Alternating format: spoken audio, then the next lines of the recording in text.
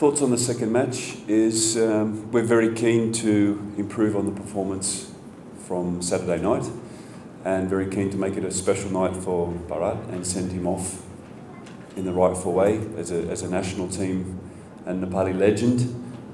He'll come on the pitch and he'll have a big impact, I'm sure. So we're hoping for a big crowd, full support, everyone get behind the team, and for us to win the match, win the series, and build into the next set of AFC qualifiers against Vietnam. It will be equally as difficult in the second match. You will see Bangladesh now more comfortable with the conditions with the pitch. You could see they had some difficulty with the surface. The grass is not great, it's long, it's difficult to play. The kind of passing game that I think their coach would like to play. So I think you'll see them slightly improved, well, massively improved in the way they will use the ball. You could see their dangers from their transitions to attack, very fast players in the wide areas, and very difficult to defend against their long throws. We had a big problem with that. So you'll see an improved performance from Bangladesh. I rate them very highly, and I think it's important for Nepal to realise that the labels that we give to countries and the perceptions that we have is changing. I speak about Laos, Bangladesh, Sri Lanka. These countries are developing quickly, and we can't look to the past and say, well, we used to beat Bangladesh 3-1, we used to do this, we used to do that, we always used to beat Laos. These countries are moving forward very quickly. Investment, infrastructure, coaching, academies. The football world moves so fast, and Bangladesh is part of that wave.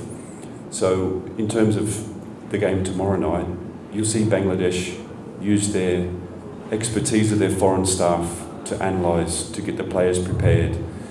The technology, the nutrition, the supplements, all of these modern football things that international teams use. And they'll be better, they'll be faster, they'll be fitter, they'll be ready, they'll be more prepared. So we have to be ready to counter that. But it's an important point for the Nepal media, for the public to realise that the past is gone. We are where we are now. We're building towards SAF. We have Asian Cup qualifiers. And I spoke in the post-match conference about how proud I am of the players. And that is because a lot of the people, the public, perhaps the media as well, don't realise the hardship that the Nepali players go through just to get themselves onto the pitch. And we need to be more mindful of the sacrifices of players like Bharat, these other players that we don't have a domestic league. So a lot of the boys played 7 matches in the NSL. And they run their hearts out for 95 minutes on Saturday night, and people criticise why we don't beat Bangladesh. Bangladesh with a professional league, a team of foreign staff, an identity, a direction, investment. So this is, I know I may be going off on a tangent, but I feel it's an important marker to put down, that Nepali football, I saw an article saying, should we celebrate a 0-0 against Bangladesh at home? Well, it's been 800 plus days since we've had a league. It's been how many ever years since we've played at home? So let's be realistic where we are. Let's have a vision for the future. Tomorrow's match is part of that vision, which is why I said I was satisfied, very satisfied with the performance. You saw moments where we kept the ball 2-3 minutes, we moved the ball 20-30 passes. I've never seen a Nepal team do this before. Yes, the finishing touches, that last, like you spoke about, the finishing wasn't there. And like I've said before, that's coming. And it's also a different style of play for the players to adapt to. It takes time. And we will get there. And that's why I ask for patience from fans, from media, from especially social media. The amount of criticism that Bharat gets, for me, is absolute nonsense. This is the kind of man we need to keep in Nepali football, whether that be administration, coaching, anywhere he wants to go in football. We need to embrace him. He's articulate, he's intelligent, he's professional, he's fit, he's strong, he has so much to offer. But I wouldn't be surprised if Bharat retires from football after tomorrow night and says, I don't want anything to do with this anymore.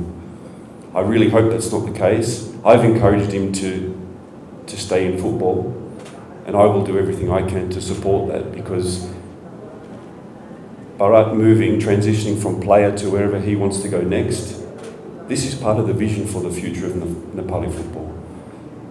Apologies for the very long-winded answer, but tomorrow night we hope to finish the chances. We'll make some tactical adjustments that will see more of our players in the attacking third, and I really hope and pray that we have the goals to reward the good play that we did on Saturday night, and hopefully you'll see again tomorrow night. Yes, it's an irony. And I was actually speaking about Bangladesh not being able to play their natural style either. And you could see especially from our build-up play, difficult to maintain a fast ball speed on the surface. So honestly, it's disappointing that we work on certain ways to play, and it's difficult to do on your home field. But same as Bangladesh, we have to adapt. We have to play on the same surface as them. And after the Lao match, it was also evident, and the players' feedback was the same. The grass was short, the grass was fast, it was watered, and we didn't adapt. So we had one session in Lao on that field, and we had a problem because we are used to long, slow grass or Anthers turf in our preparation. So again, it's another aspect that going forward we need to be mindful of, because if we want to play modern, progressive football, that's really the main thing I ask for, is players, balls, and a nice field to train on. Everything else I can deal with. I'm not so fussed on the lacking in other areas, but a nice field, players will always be 100% committed, ready to go and give 100% to fight and die for their country. These are the building blocks, but the surface is a huge part of it. One last question to you, Oli. I think you've got the taste of the home crowd and how much passion you have in the national stadium and how much it can be supported to the team. So, since you're starting your bench in October, I think the two of the matches will be outside of Nepal, as that I told. So, how much of a disadvantage is that, and how much you guys are going to miss these kind of scenarios over there?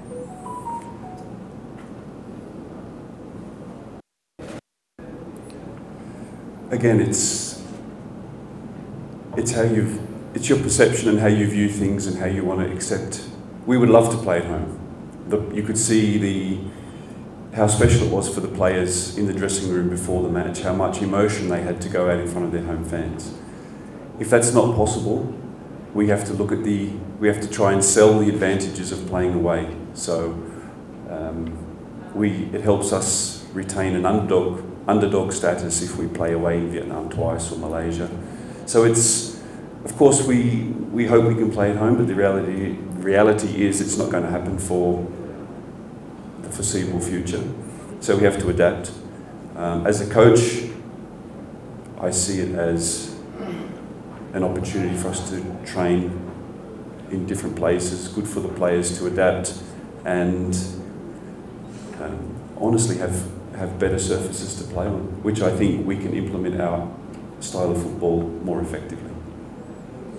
Yeah, your side, please.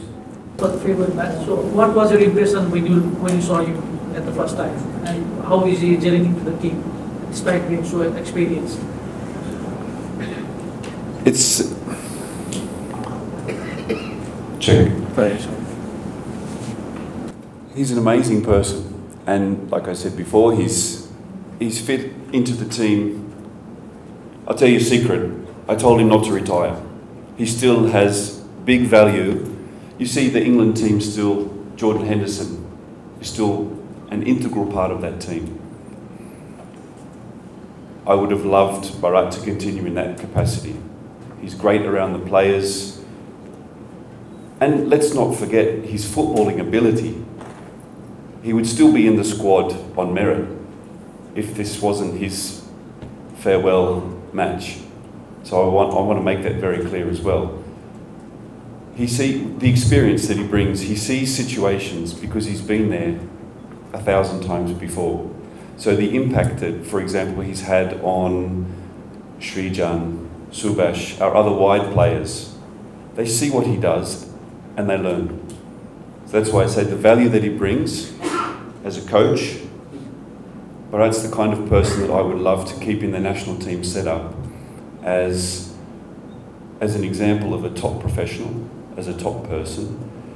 All the players can learn from him, and that's not to detract from him as a current player now. I'm very sad that he's not playing anymore. So I really would like to thank him for his patience, because I tried to bring him into the last game, we had issues. So I'm really happy that he's with us now. I wanted him in the previous match for what he can bring as a football player on the pitch. So I'm praying that tomorrow night we can send Bharat off in the rightful fashion. And I'm looking forward to...